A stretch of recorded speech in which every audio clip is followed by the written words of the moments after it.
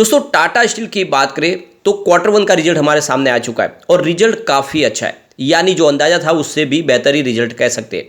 और जैसे कि अब आप कहेंगे कि यहाँ पे रिजल्ट में तो गिरावट हुई है काफ़ी ज़्यादा, क्वार्टर ऑन क्वार्टर बेसिस पे भी और ईयर ऑन बेसिस पे फिर रिजल्ट अच्छा किया है। तो रिजल्ट में बहुत कुछ पॉजिटिव है जिसको इस वीडियो के माध्यम से डिस्कस करेंगे।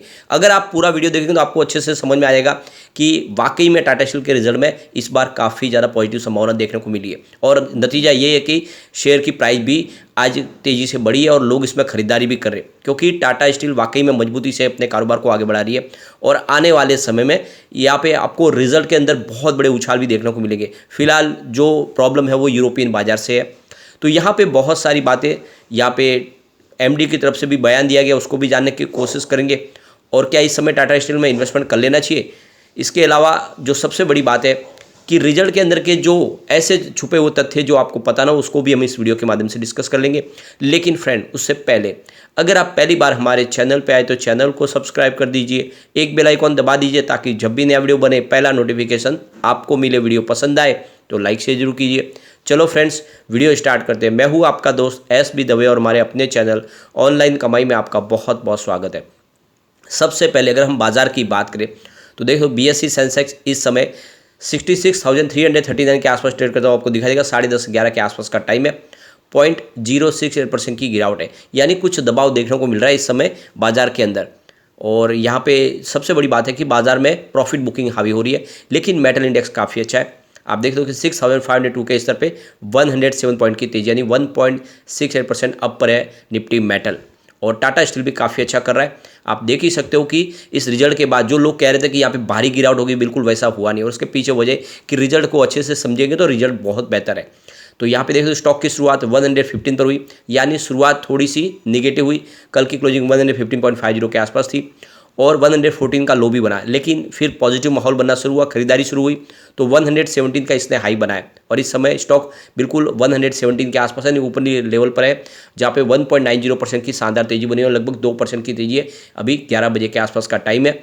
वॉल्यूम काफ़ी अच्छा, सुबह सुबह वॉल्यूम ज़बरदस्त बढ़ चुका है। पिछले एक महीने पहले इसका 3 करोड़ का वॉल्यूम था, 2 करोड़ की डिलीवरी उठाई गई थी। 1 वीक पहले 3 करोड़ का वॉल्यूम था, 1 करोड़ की डिलीवरी उठाई गई थी और कल 4 करोड़ का वॉल्यूम होता, 2 करोड़ की डिलीवरी उठाई गई थी। लेकिन आज 10 बजे के आसपास ही 3 करोड़ का वॉल्यूम हो चुका है, यानी वॉल्यूम ज़बरदस्त बढ़ेगा आज और काफ़ी अच्छी यहाँ पे खरीदारी भी हो रही है। अब यहाँ पे अगर हम क्वार्टर वन के रिजल्ट की बात करें तो यहाँ पे आप देख सकते हो कि रिजल्ट कंपनी जो दिया है, तो जो अंदाज़ा लगाया गया था अलग अलग ब्रोकरेज हाउस की तरफ से उससे बेहतर है। यानी जितने ब्रोकरेज हाउस से वो ज़्यादा करके कह रहे थे कि कंपनी इस बार लॉस बताएगी, लेकिन ऐसा हुआ नहीं, कंपनी ने प्रॉफिट बता दिया। वैसे यहाँ पे ईयर ऑन बेसिस पे देखें तो आपको जो प्रॉफिट है उसमें 93% की गिरावट देखने को मिलेगी पिछले साल के मुकाबले, जो इस बार 525 करोड़ के आसपास रहा है। पिछले साल सेम क्वार्टर में ये 7,714 करोड़ के आसपास था और पिछले क्वार्टर की बात करें 1,566 करोड़ के आसपास था। कंपनी का EBITDA की बात करें 6,122 करोड़ के आसपास रहा है, जो काफ़ी ज़्यादा गिरावट दिखा रहा है। पिछले साल सेम क्वार्टर में 15,047 करोड़ के आसपास रहा था। अब इस रिजल्ट के बाद देखें तो मॉर्गन स्टैनली ने जो इसका टारगेट है 110 के आसपास दिया है। उनके हिसाब से देखें तो रिजल्ट तो वैसा ही है जैसी संभावना व्यक्त की थी। तो आप ये देख ही सकते हो कि ये टारगेट मॉर्गन स्टैनली ने पहले भी दिया था रिजल्ट से पहले, फिलहाल उनका वही टारगेट है। जी बिजनेस के अनिल सिंघवी का कहना है कि टाटा स्टील ने काफ़ी अच्छा रिजल्ट दिखाया है, परफॉर्मेंस काफ़ी बेहतर है, लेकिन यूरोपियन बाजार में अभी भी बहुत ज़्यादा लॉस हो रहा है कंपनी को और उसी वजह से इस रिजल्ट में उसका दबाव देखने को मिला है। अब चलते हम रिजल्ट के आंकड़ों की तरफ। यहाँ पे देख दो कि सबसे बड़े सेल्स की बात करें तो जून 2022 में 63,430 करोड़ का सेल्स था। इस बार सेल्स देखते हो कि 59,490 करोड़ के आसपास रहा है। मार्च में ये 62,962 करोड़ के आसपास था। तो यहाँ पे आप देख हो कि क्वार्टर ऑन क्वार्टर बेसिस पे या ईयर ऑन बेसिस पे सेल्स कम हुआ है, लेकिन दिसंबर के मुकाबले काफ़ी अच्छा बढ़ा है। आप देख सकते हो कि दिसंबर में ये मात्र 57,084 करोड़ के आसपास था। ऑपरेटिंग प्रॉफिट की बात करें तो जून 2022 में पिछले साल 14,973 करोड़ के आसपास था, इस बार 4,093 करोड़ के आसपास रहा है और पिछले मार्च क्वार्टर में 7,290 करोड़ के आसपास था। तो कंपनी का ऑपरेटिंग प्रॉफिट भी कम हुआ है। अब यहाँ पे अदर इनकम की बात करें, पिछली बार देख सकते हो जून में 388 करोड़ के आसपास थी और इस बार 1,190 करोड़ के आसपास थी। तो अदर इनकम में काफ़ी बड़ा इजाफा हुआ है। पिछले क्वार्टर में 277 करोड़ के आसपास थी। अब प्रॉफिट बिफोर टैक्स 11,906 करोड़ था पिछले साल सेम क्वार्टर में, जो इस बार 1,855 करोड़ के आसपास रहा है और पिछले क्वार्टर में 3,321 करोड़ के आसपास था। तो प्रॉफिट में गिरावट हुई है। नेट प्रॉफिट की बात करें तो पिछले साल सेम क्वार्टर में 7,714 रुपीज़ के आसपास था, इस बार 525 रुपीज़ का प्रॉफिट हुआ। पिछले क्वार्टर में ये 1,566 रुपीज़ के आसपास प्रॉफिट था, तो प्रॉफिट में गिरावट हुई है। लेकिन अच्छी बात है कि कंपनी ने लॉस नहीं बताया, क्योंकि देख सकते हो कि Q3 में कंपनी को 2,502 रुपीज़ का भारी लॉस हुआ था। और मैंने कल ही वीडियो में आपको डिस्कस किया था कि जब इतने भारी लॉस में भी कंपनी की जो शेयर की प्राइस है 100 के नीचे नहीं गई, तो अब तो कंपनी ने प्रॉफिट बता दिया, तो यहाँ पे प्राइस नीचे जाने की कोई संभावना ही नहीं है। EPS देख दो 6.36 रुपीज़ था पिछले साल सेम क्वार्टर में, इस समय 0.52 रुपीज़ के आसपास है, और पिछले क्वार्टर में 1.39 रुपीज़ के आसपास था। तो यहाँ पे जो रिजल्ट के अंदर कमी रह गई उसके पीछे वजह है ब्रिटिश स्टील पेंशन स्कीम का, जिसका पैसा पूरा चुका दिया गया है और इसका असर नेट प्रॉफिट के अंदर हुआ। और ये बात हमने पहले भी कही थी कि एक बहुत बड़ी रकम है जो चुकाई जाएगी और उसकी वजह से जो प्रॉफिट है वो नीचे आएगा।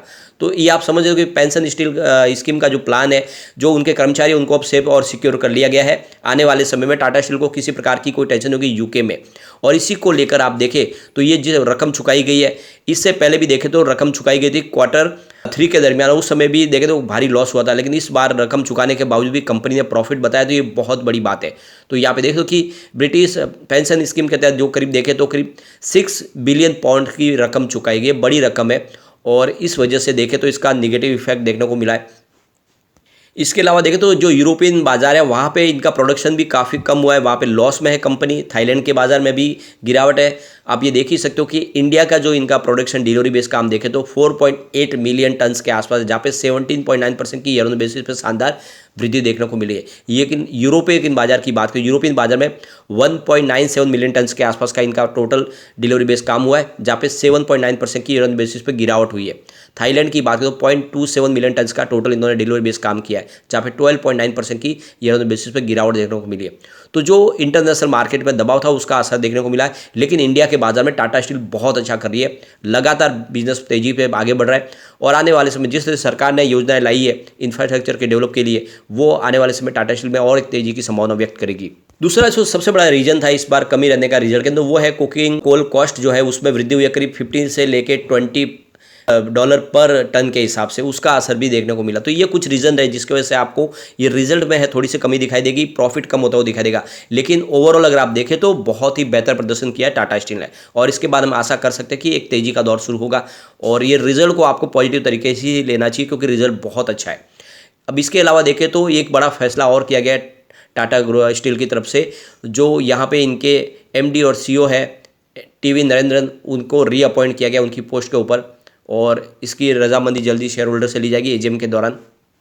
अब यहाँ पे इस मौके पे देखें तो MD और CEO TV नरेंद्र ने कहा है कि टाटा स्टील जो एक नए दौर की नई कंपनी बन चुकी है, इसकी अगर जर्नी की बात करें तो पुराने ज़माने में एक ओल्ड ट्रेडिशन इकोनॉमी से स्टील का निर्माण किया था, अब वो डिजिटल तरीके से कामकाज आगे बढ़ रहा है, मोर एफिशिएंट प्रोडक्शन हो रहा है। आप देख सकते हो कि प्राइस कॉस्ट कम की जा रही है, लगातार इनपुट कॉस्ट घटने के बावजूद भी प्रोडक्शन ज़्यादा हो रहा है क्योंकि डिजिटल टेक्नोलॉजी का हम इस्तेमाल करें। इसके अलावा पोल्यूशन जितना कम हो उसके ऊपर ध्यान दे रहे हैं, यानी नए टेक्नोलॉजी नए ज़माने के हिसाब से स्टील का निर्माण कर रहे हैं। तो टाटा स्टील ने एक बहुत बड़ा एक समय उसको पार किया है और एक नई दुनिया के अंदर प्रवेश किया है। आने वाले समय टाटा स्टील और भी बहुत सारे फैसले लेगी, जिसकी वजह से आने वाले समय जो पोल्यूशन है उसको पूरी तरह से कम किया जाएगा, यानी ग्रीन स्टील की तरफ हम आगे बढ़ रहे हैं, और 2045 तक पूरी तरह से ग्रीन स्टील का निर्माण शुरू हो जाएगा और नेट जीरो कार्बन के ऊपर पहुंच जाएंगे। तो कुल मिला के देखते हो कि विजन बहुत बड़ा है, और वैसे भी देखें तो आने वाले 2030 तक जो प्रोडक्शन की जो लिमिट है उसको डबल करने का यहाँ पे वादा किया गया है। तो कुल मिला के काफ़ी बड़ा विजन है, और ऐसे में